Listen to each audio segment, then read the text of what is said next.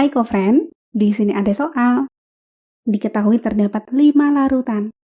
Kita diminta untuk menentukan pasangan senyawa yang bisa membentuk larutan penyangga adalah yang mana? Untuk mengerjakan soal ini, tentu saja yang pertama, kita perlu ingat mengenai konsep dasar dari larutan penyangga itu sendiri.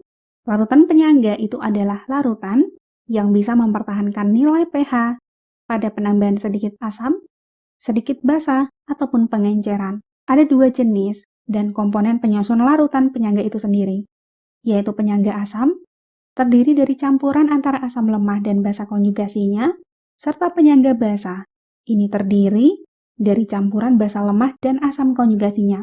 Kemudian untuk pembuatan larutan penyangga itu sendiri, umumnya ada 2 cara dari setiap jenis larutannya. Yang pertama, untuk penyangga asam, dapat mencampurkan asam lemah yang berlebih dan basa kuat, atau mencampurkan asam lemah dengan garam yang mengandung basa konjugasi dari asam lemah tersebut. Contohnya, CH3COOH dicampur dengan CH3COONA. CH3COOH ini adalah asam lemah, dan CH3COONA ini adalah garam, yang di dalamnya terdapat basa konjugasi, yaitu CH3COO-. Yang kedua, penyangga basa, dengan mencampurkan basa lemah berlebih dan asam kuat, atau mencampurkan basa lemah dengan garam yang mengandung asam konjugasi dari basa lemah tersebut. Contohnya pencampuran NH3 dengan NH4Cl. NH3 di sini basa lemah, NH4Cl itu garam yang di dalamnya terdapat asam konjugasi yaitu NH4+.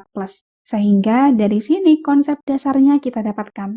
Oke, dari konsep yang telah kita jabarkan, coba kita lihat satu persatu. Yang pertama NaOH. Ini merupakan basa kuat. Kalau kita cari molnya, mol itu adalah molaritas kali volume. Berarti 0,1 molar dikali 25 ml, yaitu 2,5 milimol. Kemudian HCN, ini adalah asam lemah. Ini adalah asam lemah. Molnya 0,2 molar dikali 25 ml, yaitu 5 milimol. Yang ketiga CH3COOH, ini pun asam lemah. Molnya 0,1 molar dikali 25 ml, yaitu 2,5 milimol. NH4OH ini adalah basa lemah, molnya 0,2 molar dikali 25 ml, yaitu 5 milimol. HCl ini adalah asam kuat, molnya 0,2 molar dikali 25 ml, yaitu 5 milimol. Kemudian salah satu syarat dari larutan penyangga, ketika asam dan basa bereaksi, di mana salah satu spesies itu harus lemah. Komposisi dari yang lemah itu harus berlebih. Kalau kita tinjau, yang punya mol perkoefisien yang paling besar, sehingga terdapat sisa dari spesies yang lemah. Dan terbentuk asam atau basa konjugasinya. Kalau kita lihat di sini, misalnya basa kuat dengan asam lemah. Poin 1 dan poin 2 apakah memungkinkan? Kemungkinan di sini bisa, karena di sini spesiesnya H+ maupun OH- sama-sama 1. Kalau kita tulis reaksi setaranya itu seperti ini.